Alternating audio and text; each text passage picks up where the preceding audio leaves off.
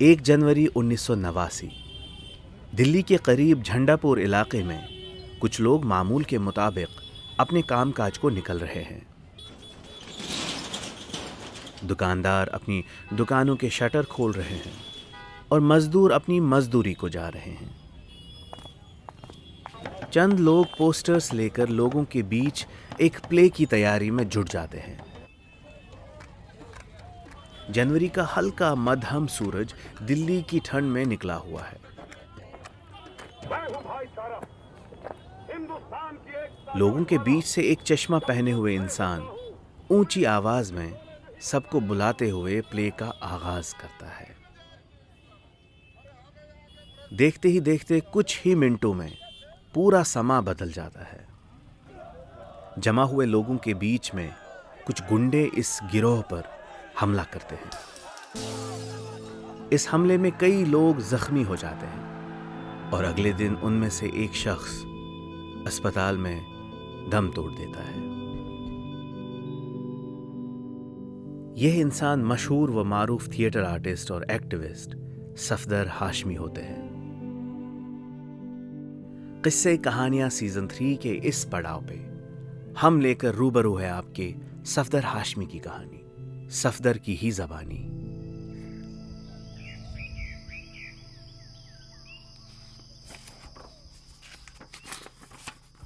किताबें करती हैं बातें, बीते ज़मानों की, दुनिया की, इंसानों की, आज की, कल की, एक एक पल की, खुशियों की, गमों की, फूलों की, बमों की, जीत की, हार की, प्यार की, मार की। सुनोगे नहीं क्या किताबों की बातें? किताबें कुछ तो कहना चाहती हैं, तुम्हारे पास रहना चाहती हैं।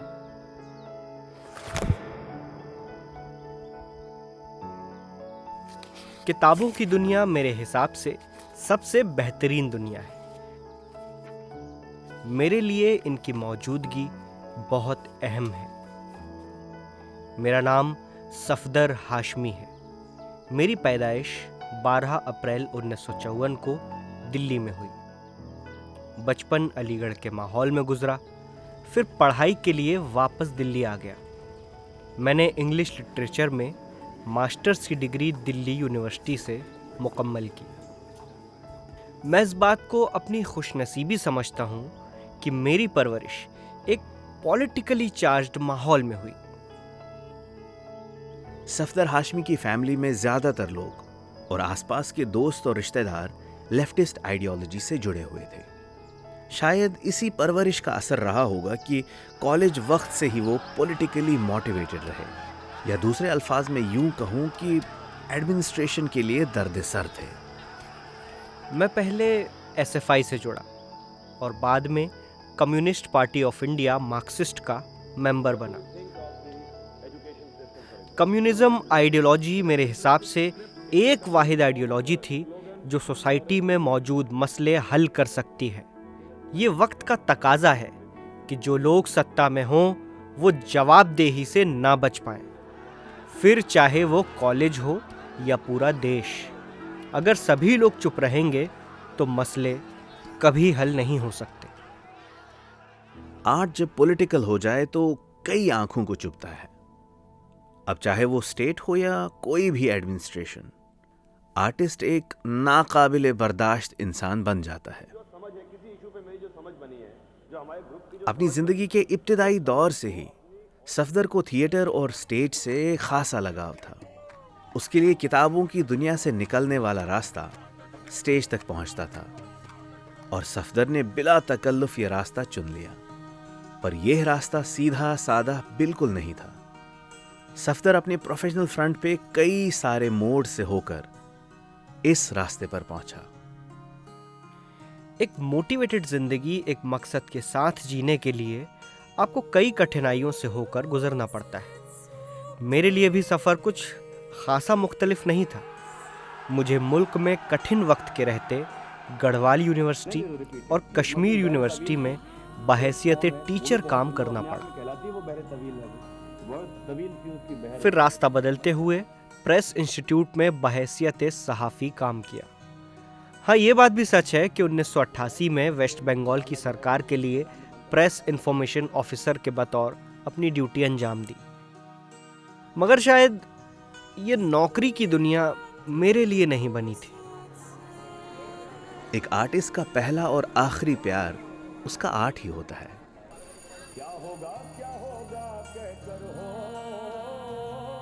सफदर का रिश्ता स्टेज से जुड़ चुका था और ये रिश्ता जिंदगी भर निभाने के लिए कायम हुआ था। स्टेज मेरी जिंदगी का एक अहम, या यूं कहूं कि सबसे अहम हिस्सा रहा है। एक ऐसी वसी दुनिया जिसकी गहराई का अंदाजा ना मैं कर सकता हूं और ना ही शायद सही तरीके से कोई कर पाएगा। एक मंच पर जब कोई किरदार वजूद में आता है तो उसके मुंह से बुलवाई हुई बात में जादुई असर होता है। मेरी हमेशा यही कोशिश रही कि नए किरदार को जन्म देकर लोगों तक वो बात पहुंचाऊं जो उन लोगों तक नहीं पहुंच पाती। सफदर की जिंदगी का अहम तरीन पहलू वो था जब हिंदुस्तान एक सियासी उतार चढ़ाव के बीचों बीच था। जो लोग हम पर ताना लगाते थे कि शायद हम पूरे लोग बात 1970 के आसपास की है और हिंदुस्तान के सियासी इतिहास में इंदिरा गांधी अपने अरूज पे थी। और सभी तरफ से हम पर खतरा। ताकत के बल पर ऑपोजिशन को कुचला जा रहा था और हर उठती आवाज को खामोश करने की पूरी कोशिश होती रही। भाइयों और बहनों, राष्ट्रपति जी ने आपातकाल की घोषणा की है। इस बेतहाशा ताकत की इंतहा हिंदुस्तान ने इमरजेंसी की सूरत में देख ली। Power corrupts and absolute power corrupts absolutely. ये बात मैडम गांधी पर 100% फिट बैठती थी। जमहूरियत आपको ताकत देती है, आपके हाथ बुलंद करती है और फिर हुक्मरान उन्हीं हाथों से जमहूरियत का गला घोटने लगते हैं। क्या वो सरकार जिस पे स्वयं हर समय हमला हो रहा है? उस दौर में मेरी आंखों के सामने जो बीत रही थी, मैं उसे फरामोश नहीं कर सकता था। उसकी तनकीद करना और उसके खिलाफ आवाज उठाना जरूरी था। 1970 में मैंने एक प्ले लिखा। उसका नाम मैंने रखा था कुर्सी कुर्सी कुर्सी। वो क्रिटिसिज्म थी और मेरे यानी एक आम आदमी की नज़र से गुजरते हुए हालात थे जो लोगों के बीच जाकर उनको बताने और समझाने ज़रूरी थे। वो प्ले लोगों के बीच काफ़ी चर्चित रहा और उसे काफ़ी सराहा गया। एक पॉलिटिकल आर्टिस्ट होने की हैसियत से बहुत सारे दोस्त बने और उससे भी ज़्यादा कई सारे दुश्मन भी। एक पॉलिटिकल आर्टिस्ट हर तरह के खतरे मोल ले लेता है। सफदर हाशमी को ये बात बखूबी पता थी कि वो एक बड़ी ताकत से टकरा रहा है। मैं अपनी आवाज वहां भी जब पहुंचाना पूरे चाहता मुल्क में उस वक्त की वजीर आजम इंदिरा गांधी पर इंतखाबात में धांधली का इल्ज़ाम लगा तो सफदर हाशमी के थिएटर ग्रुप जन्म ने इस तनाज़े के रद्द-ए-अमल के तौर पर एक स्ट्रीट ड्रामा जिसका नाम कुर्सी कुर्सी कुर्सी था तैयार किया। ये एक तंजिया ड्रामा होता है जो एक बादशाह की कहानी बयान करता है जिसका तख्त उसके साथ साथ ही हरकत करता रहता है जब भी वो मुंतखब नुमाइंदे के हक में इसे छोड़ने की कोशिश करता है। ये ड्रामा जन्म ने नई दिल्ली के बोट क्लब लॉन्स में हफ्ते के हर रोज परफॉर्म किया। ये वाकया जन्म के लिए एक अहम मोड़ साबित हुआ। 1975 में हालात बद से बदतर हो गए। इंदिरा गांधी ने मुल्क भर के सारे ऑपोजिशन लीडर्स को जेल में डाल दिया। 1975 मेरी याददाश्त में हिंदुस्तान का सबसे कठिन वक्त था। मानो किसी ने पूरी रफ्तार से चल रहे देश पर एक ब्रेक लगा दिया हो। माहौल काफी कशीदा था और सियासी सरगर्मियां सर्द पड़ चुकी थीं। कहीं से कोई भी आवाज उठने का सवाल ही पैदा नहीं था। हम जैसे आर्टिस्ट ने हार नहीं मानी। हाँ, ये जरूर है कि सरगर्मियां उस शिद्दत की नहीं थीं, पर इस दौर को पार करना बहुत ज़रूरी था, क्योंकि ये लड़ाई आगे ले जानी थी। मैंने उस कठिन वक्त में कलम और कागज़ का सहारा लिया। एक जमहूरियत में सियासी हालात हमेशा यकसू नहीं रहते। Indira Gandhi had announced fresh elections. Subsequently, she suffered the most humiliating defeat. उतार चढ़ाव सियासत में लाजिम मलजूम बात है। 1977 में इमरजेंसी खत्म की गई और मुल्क में फिर से पहले की तरह नॉर्मल हालात बनने लगे।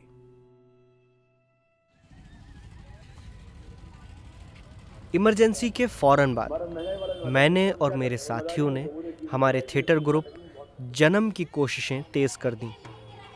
जन्म जन नाट्य मंच लोगों के बीच में काफ़ी सराहा जा चुका था और अब वक्त था उसको नई ऊंचाइयों तक पहुंचाने का।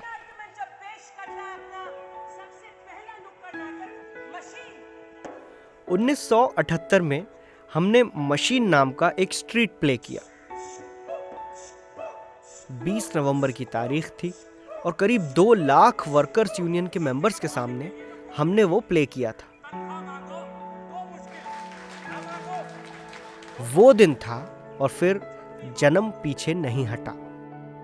किसानों के मुद्दे हों, बेरोजगारों की आवाज हो या मजदूरों के हक की बात, हमने हर एक मुद्दे को अपने फन से उजागर किया।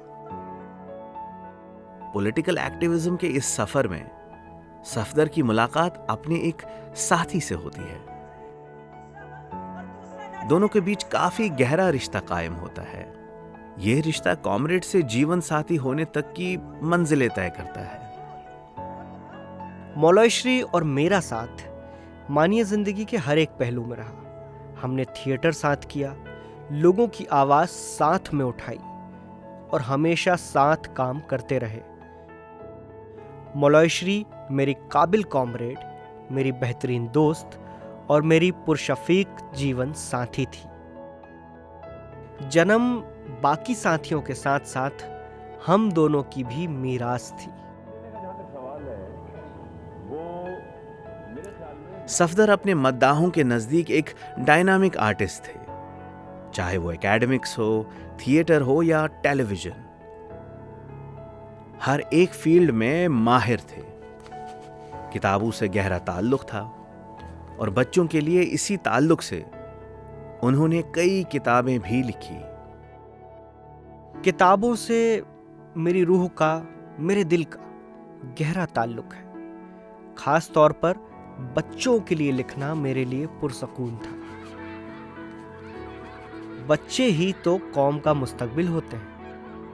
अगर मुस्तकबिल को संवारना है तो बच्चों की एजुकेशन पे, उनकी तालीम और तरबियत पे खास तवज्जो देने की जरूरत है। जिंदा रहते तक सफदर हाशमी पर बदआमनी के इल्जामात लगते रहे, लेकिन इन इल्जामात की वजह से आजादी इजहार की तहरीक को जोश मिला।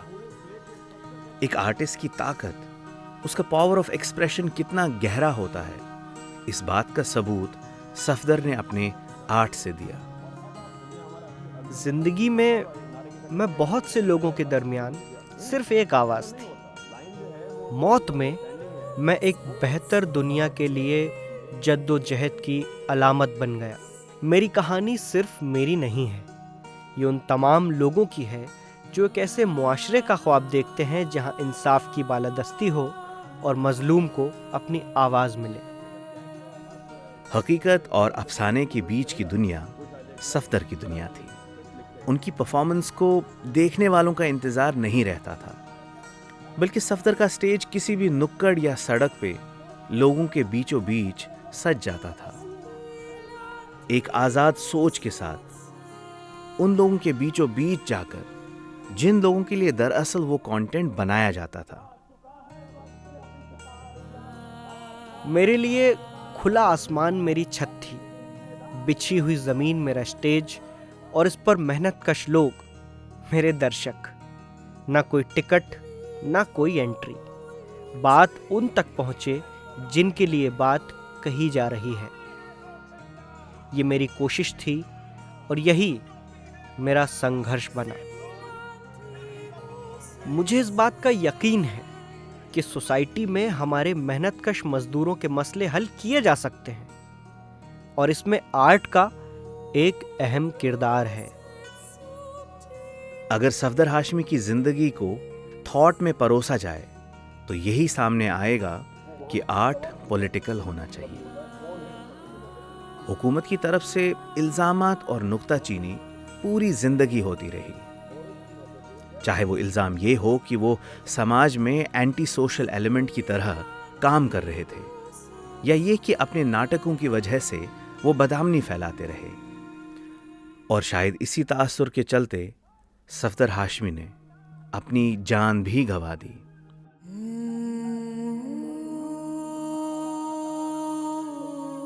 मैंने जिस चीज के लिए, जिस सोच के लिए अपनी सारी जिंदगी संघर्ष किया, उसी चीज को करते करते मैं इस दुनिया से चला गया।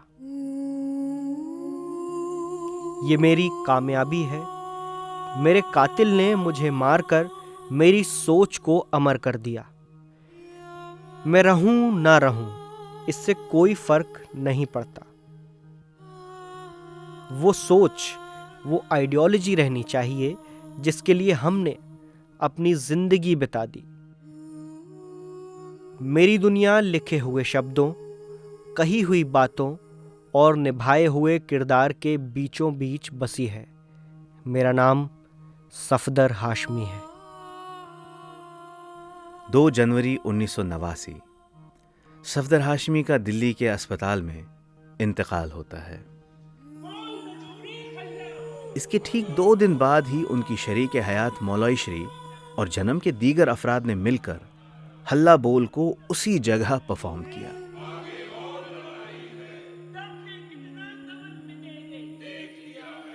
सफदर के कलम से कई नुमायां तहरीरें रकम हुई। उनमें हल्ला बोल, मशीन, हथियारे, 3 करोड़, औरत और डीटीसी की धांधली शामिल है। सफदर हाशमी का किरदार इतिहास की कसौटी पर किस तरह परखा जाएगा, ये तो बस इतिहास ही तय करेगा। एक कहानीकार की हैसियत से मेरा काम बस सफदर की कहानी को आपके रूबरू लाना था।